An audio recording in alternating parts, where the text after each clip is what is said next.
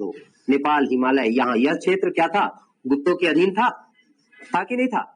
ठीक है, लेकिन अब जैसे जैसे सत्ता क्षीण होती जाएगी, गुप्तों का साम्राज्य जो है वो संकुचित होता चला जाएगा।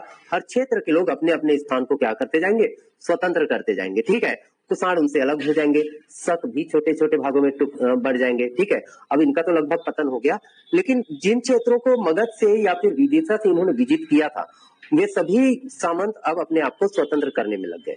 जब गुप्तोत्तर भारत की बात करते हैं तो बेसिकली हम लोग 3 से 4 राजवंशों की चर्चा करेंगे, जिसमें पहला होगा वर्धन वंश। कौन सा?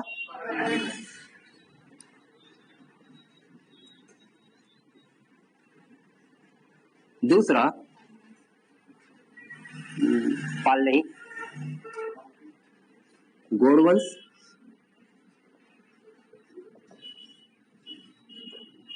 बंगाल के, ठीक है, या फिर इसे कहते हैं बंगाल के गौड़ वंश।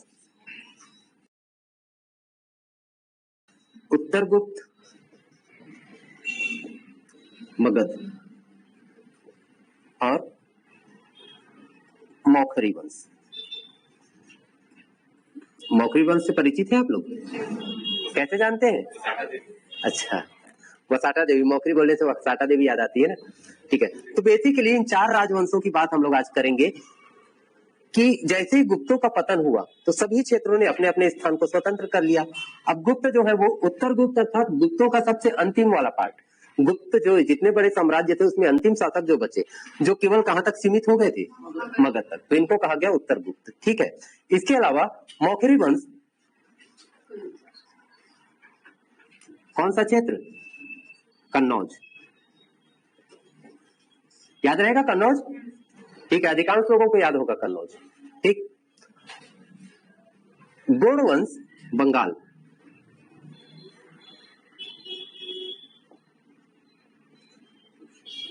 या फिर इसको कहेंगे कर्ण सुवर्ण। और एक होगा पूर्वी पंजाब। पूर्वी पंजाब मतलब भारत का हिस्सा है ना, पश्चिमी पंजाब पाकिस्तान का हिस्सा। तो पूर्वी पंजाब में अंबाला, जालंधर, थानेश्वर, यह पृष्ठभूमि है जिसके अंदर हम आज का इतिहास पढ़ने वाले हैं। ठीक है, जैसे ही गुप्तों का साम्राज्य संकुचित होता गया, लोग अपने अपने क्षेत्र को स्वतंत्र करने लगे, तो उनमें सर्वप्रथम नाम आता है मुख्य रूप से वर्धन वंश का। वर्धन वंश के संस्थापक थे पुष्यभूति। क्या नाम था? पुष्यभूति। ठीक है, और इसी कारण से इस वंश को पुष्यभूति वंश भी कहा जाता है। हालांकि पुष्यभूति के बारे में बहुत ज्यादा ऑथेंटिक सोर्स नहीं है जानकारी का, मतलब केवल बाण का हर्षचरित है एक ग्रंथ। ठीक है, बाण भट्ट ने जो हर्षचरित लिखा था उसके अंदर में पुष्यभूति को इस वंश का संस्थापक बताया गया है। उसके अलावा कहीं से कोई शिलालेख वगैरह प्राप्त नहीं होता इसका। ठीक है, बट फिर भी उतना सफिशिएंट है क्योंकि बाण भट्ट उसी का दरबारी कवि था और हर्ष की कहानी लिखी है और हर्ष इसी के वंश में आया था, तो इसके बारे में उसको जानकारी पर्याप्त रही होगी, ये मानकर चलते हैं। ठीक है, तो बेसिकली इस वंश के संस्थापक कौन हुए? पुष्यभूति हुए। ठीक है, तो इसलिए वर्धन वंश को एक और किस नाम से जाना जाएगा? पुष्यभूति वंश। ठीक है, पुष्यभूति के बाद इस वंश में 4 और राजाओं का नाम आता है। ठीक है, कौन कौन होंगे? सीधे आखिरी में चल दो। ठीक है, नरवर्धन, नरवर्धन, राज्यवर्धन,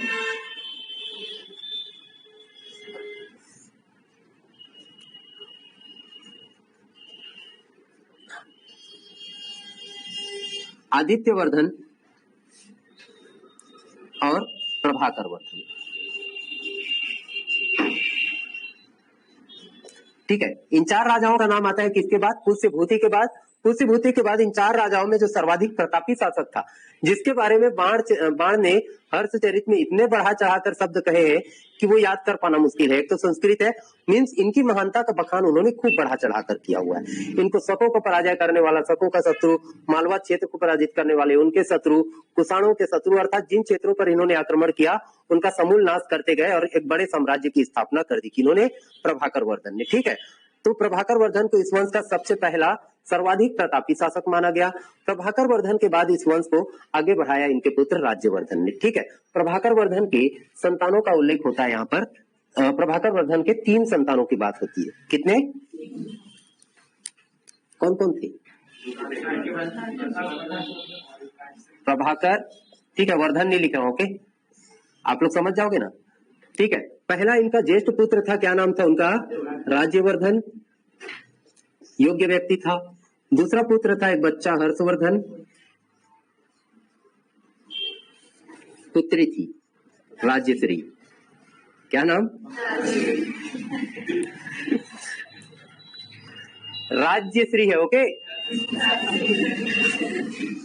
राजश्री नहीं है, हर्षवर्धन, ठीक है। तो प्रभाकर वर्धन के कितने संतान थे? 3 संतान थे, राज्यवर्धन, राजश्री और हर्षवर्धन। राज्यश्री पुत्री थी जिसका विवाह हुआ था मौखरी वंश, अभी मिटा दिया हूं, मौखरी वंश के शासक अवंती वर्मन के पुत्र से, जिसका नाम था ग्रहवर्मा या गृहवर्मन। क्या नाम था? गृहवर्मा या गृहवर्मन। तो राजश्री अभी चली जाएगी ससुराल, ठीक है, अभी उनको छोड़ दो, अब बच जाएंगे कौन? राज्यवर्धन और हर्षवर्धन, ठीक है। इस समय तक भी प्रभाकर वर्धन काफी प्रतापी और बहुत शक्तिशाली शासक था। इस समय तक वह सत्ता को अपने हाथ में रखता है, लेकिन इनके जीवन का अंतिम समय जो है वह बीतता है हूणों के साथ संघर्ष में। किनके साथ संघर्ष में? हूण। एक बार फिर से हूण शुरू से ही अटैक करते रहे। हमने पढ़ा था ना कि हूण बार बार पराजित होते थे, बार बार आक्रमण करते थे, एक ही राजा से बार बार हारने के बाद भी उसके ऊपर आक्रमण करते रहते थे। और अब तो उनके लिए लड़ने के मौके और बढ़ गए थे, क्योंकि हर बार ये एक बार गुप्तों से साथ डायरेक्ट लड़ेंगे, अब क्या है, छोटे छोटे राजवंशों का उदय हो चुका है, तो छोटे छोटे राज्यों के साथ वो युद्ध करने लगे। प्रभाकर वर्धन के साथ भी इनका युद्ध हुआ। हालांकि प्रभाकर वर्धन के साथ क्योंकि मित्रता थी, ठीक है, किनकी? मौखरी वंश की मित्रता थी थानेश्वर के पुष्यभूति वंश के साथ, इसलिए हूणों के आक्रमण में इन दोनों ने मिलकर उनका सामना किया। क्लियर? एक बार पराजित भी किए। उसके बाद फिर जब आक्रमण हुआ, इस समय तक प्रभाकर वर्धन थोड़ा सा वृद्ध हो चुका था, बुजुर्ग हो चुका था और बीमार हो चुका था, अपने आप को अक्षम पा रहा था। रणभूमि से ही उन्होंने फोन किया कि बेटा आजा, ठीक है। किनको बुलाया?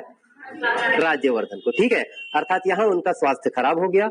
अब ये लड़ने गए, अपने पिता को यहाँ भेज दिए, कहा? वापस थानेश्वर, और राज्यवर्धन ने रणभूमि संभाल ली, ठीक है। वे हूणों से लड़ रहे थे, योग्य शासक थे, बलशाली थे, और इसलिए वो हूणों को पराजित करने में सफलता प्राप्त करने ही वाले थे। तभी अचानक फोन आया उनको, पापा फिर से बीमार है, ठीक है। कौन?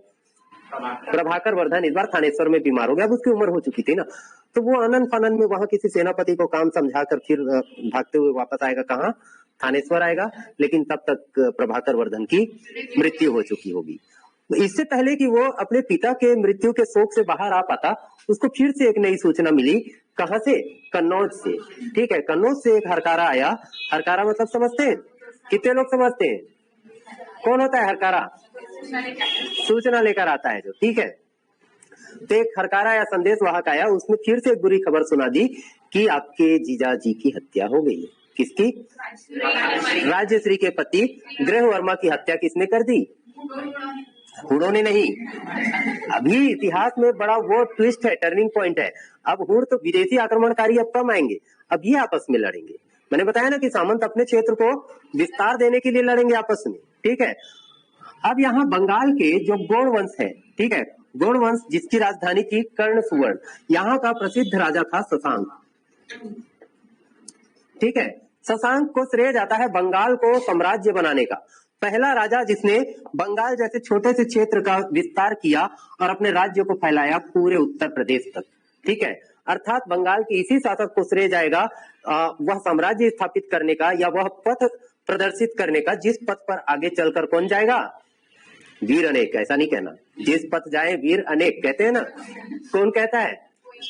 पोयम है, पुष्प की अभिलाषा। तो जिस पथ जाए पाल अनेक, कौन? पाल वंशी शासक जिस रास्ते से चलकर बंगाल के पाल वंश को बहुत फैलाएंगे फुलाएंगे, उसका जो पथ प्रदर्शक कौन था? उनका पूर्वगामी शशांक, जिसने समूचे उत्तर प्रदेश को जीत लिया, ठीक है। और अब उसको और आगे बढ़ना था, और बड़ा साम्राज्य बनाना था। यूपी तक तो पहुंच चुके, ये सारे डायग्राम समझ में आ रहे क्लियर तो हो रहा है ना? हाँ, कोई अभी अचानक आके बैठेगा तो शायद समझ में ना आए। क्लियर हो रहा है ना? तो अब यूपी तक का दायरा उनके अधिकार क्षेत्र में आ चुका है। अब उनको और आगे बढ़ना है तो क्या करना होगा? यहाँ कौन है? थानेश्वर। यहाँ कौन है? कन्नौज। यहाँ कौन है? मालवा। मालवा मतलब विदिशा। विदिशा में कौन शासन कर रहा होगा? गुप्त के जो बचे कुछ शासक है, ठीक है, उत्तर गुप्त शासक होंगे। तो अब चूंकि कन्नौज और थानेश्वर तो आपस में मित्र हो चुके हैं, ठीक है, वैवाहिक संबंध स्थापित हो चुका है। अब इन दोनों की संयुक्त शक्ति को यदि हराना है तो शशांक को क्या करना होगा? राजनैतिक मित्रता करनी होगी। किसके साथ? मालवा के साथ। और इसीलिए शशांक अर्थात बंगाल का गौड़ वंश किसके साथ मित्रता कर लेगा? संधि कर लेगा मालवा के राजा मगध शासक या मालवा के उत्तर गुप्त शासक देवगुप्त के साथ। किसके साथ? देवगुप्त के साथ। क्लियर? तो अब ये जो संयुक्त शक्ति होगी देवगुप्त, ये दोनों ने मिलकर क्या कर दिया? देवगुप्त ने हत्या कर दी किसकी?